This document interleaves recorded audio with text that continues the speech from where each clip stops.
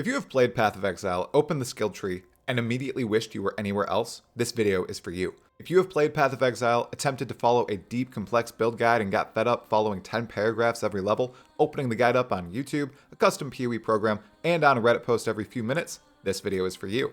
If you are a beginner in PoE, someone who wants a build that will just get them to the end of the campaign, or a person just looking for a 5-minute decent build guide, this video is, yes, you guessed it, for you. Tala Moana, I'm Talkative Tri, meaning I'm a Triceratops and I talk a lot about Path of Exile.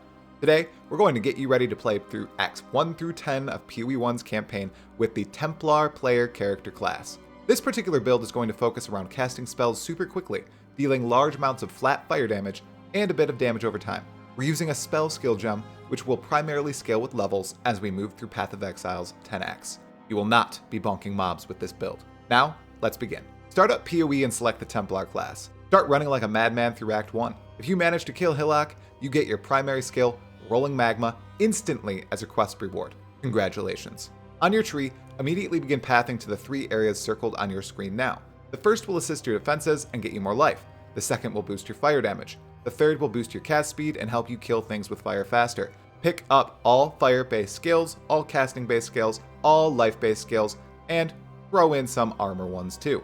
Simple, right?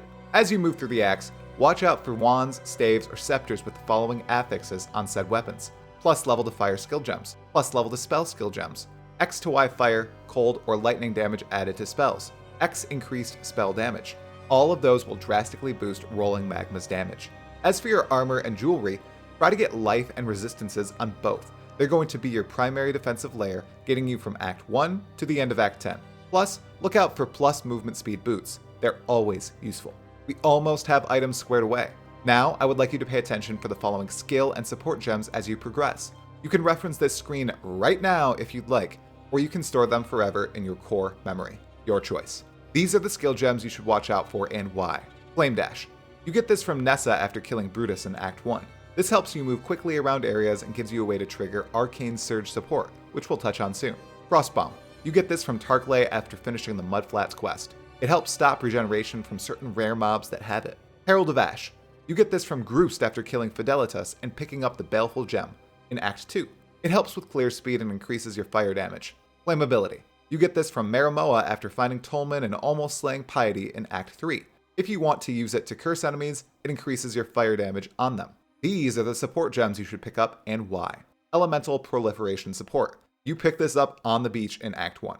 If linked to Rolling Magma, you get some extra damage over time by inflicting ignites and better clear. Added lightning damage support. You pick this up from Tarklay after killing Brutus in Act 1.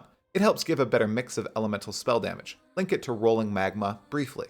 Arcane Surge support. You get this from Nessa after retrieving her medicine chest in Act 1. Link it to Flame Dash once you get it. It helps boost your damage and cast speed.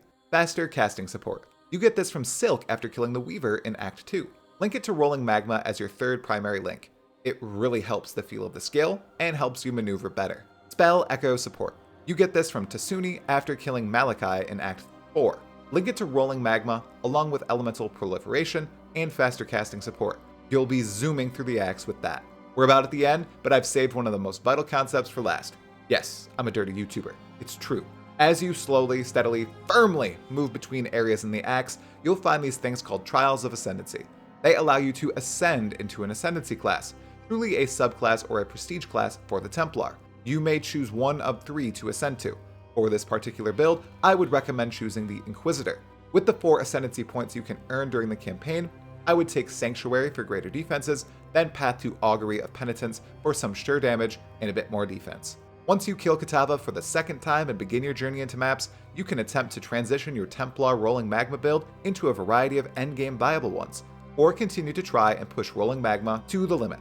On screen now are a few resources and creators with excellent deeper build guides for endgame viable Templar builds. You'll likely need to farm some Orbs of Regret or trade for some to fully respec, but now that you're in maps, it's relatively easy compared to the game's start. There we have it, a basic beginner's build guide for Path of Exile's 10 acts. This guide is not meant to zoom you through the acts, help you work your way through the endgame, or down every single uber boss in PoE. It's meant to introduce you to the game with simple concepts and ideas. The depth and complexity will come with time. Go ahead and like, subscribe, and take a gander at my other videos if you enjoyed this one. There's a bunch out there. Now, my new exile, it is time for us to part ways. Pala Moana.